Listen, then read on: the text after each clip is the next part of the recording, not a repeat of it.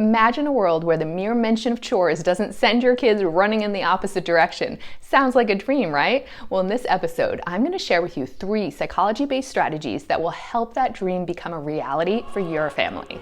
If you're a parent who likes the idea of less stress and improved family dynamics, you're in the right place. This episode is brought to you by TaskieHusky. Let's start off with number 1, effective communication. So first, it's essential to understand why children might resist chores.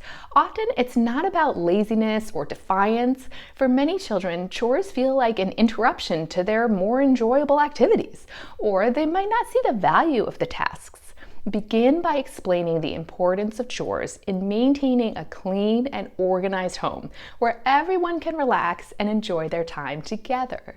You might paint a picture for them of what it would look like if the trash didn't get taken out or the dishes didn't get washed.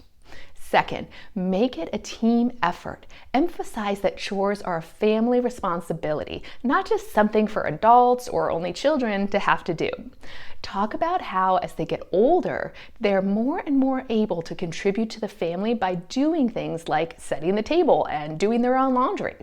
2 points to emphasize in this discussion are how showing responsibility in these tasks leads to increased responsibility as they grow. Things like participating in family decisions, watching more mature movies, and spending time with friends without parental supervision.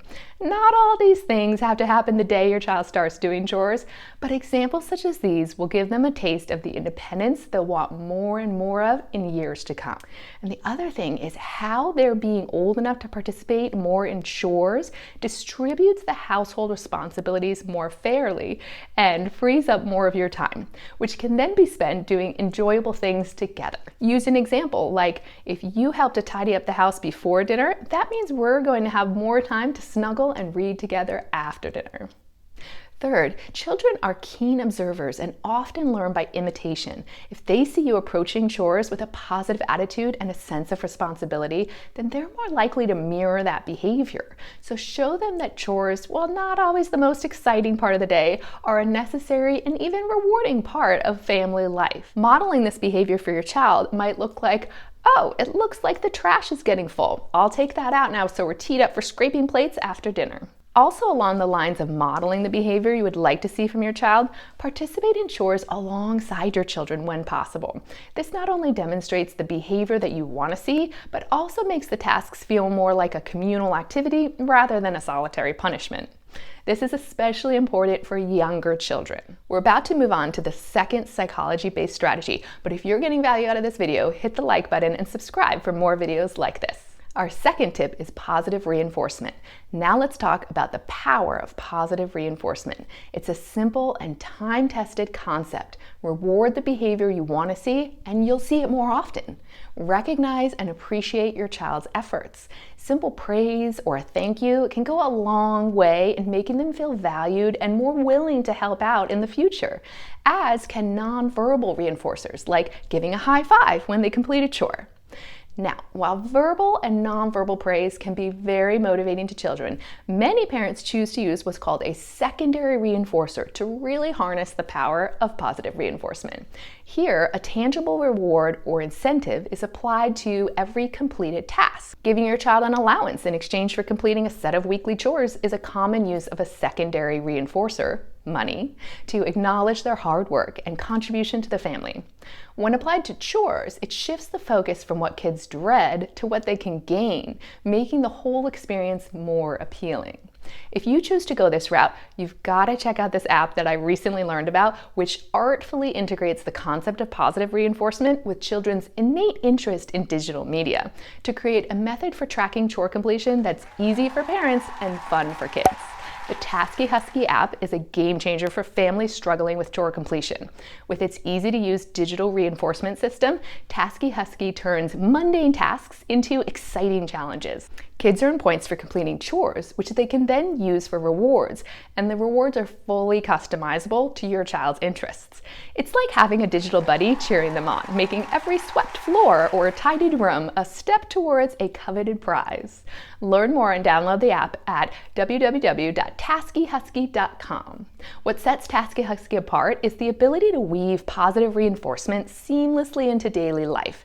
It's not just about the rewards, it's about the sense of accomplishment and positive feedback loop that it creates, building lifelong positive habits. Now we're focused on chores in this episode today, but you can also use TaskieHusky to provide positive reinforcement for activities like doing homework, exercising, and learning skills, everything from financial management to mindfulness. The possibilities are endless. So check it out today. I'll pop the link in the description below. Our third psychology-based tip is structured schedules. So first, children thrive on consistent routines because they provide a sense of security and predictability. Establishing a routine for chores can help integrate them into daily life as just another part of the day. Over time, this can reduce resistance as children come to accept chores as a regular, expected activity. So gather as a family and delegate chores among each family member, clearly noting how frequently each chore needs to be completed. In my family, each child has a day of the week when they're responsible for emptying the dishwasher and taking out the trash. That way, they have a consistent day for these chores, and if the dishwasher hasn't been emptied on Tuesday, I know exactly who to call into the kitchen. Second, an important step when developing a chore schedule for your child is to incorporate choice and control. Children, much like adults, appreciate having a say in their lives. Offering choices can make a significant difference in their willingness to participate in household chores. So instead of assigning tasks, try presenting them with options. For example, would they prefer to help with dinner preparation or set the table? This approach not only gives them a sense of control, but also makes the tasks feel less like an imposition. In my family, on top of their day of the week chores and other chores, the kids decide how to divvy up the various cat care responsibilities. So we've got dry food, wet food, water, litter box. Each of them chooses what's most desirable to them based on the desirability of the task and the frequency with which it needs to be done. Third, visual aids are tremendously helpful in making schedules effective. So now that you've decided what chores need to be done and how often, put it on paper. Whether it's a quick sketch or a colorful printout, put it in a prime location like on the refrigerator to help each family member learn the new routine. By adopting these strategies, you can help foster a more cooperative and positive environment around chores in your household. Now remember, the goal is not just to get the chores done, but to build a family culture where everyone contributes, feels valued, and understands the importance of working together for the common good. Change doesn't happen overnight. It's important to be patient and consistent with your approach. There will be days when your child is less willing to participate, and that's okay. The key is not to give up and to continue reinforcing the expectations and values around household chores. This episode has been brought to you by TaskieHusky. Now that you have family chores sorted out, learn more about the broader concept of how to get your kids to listen to you when you make requests, from it's time to wrap up screen time to it's time to clean up your toys. Check out the video on screen to learn 3 words that will work wonders for you, and keep up the good work on your amazing parenting journey.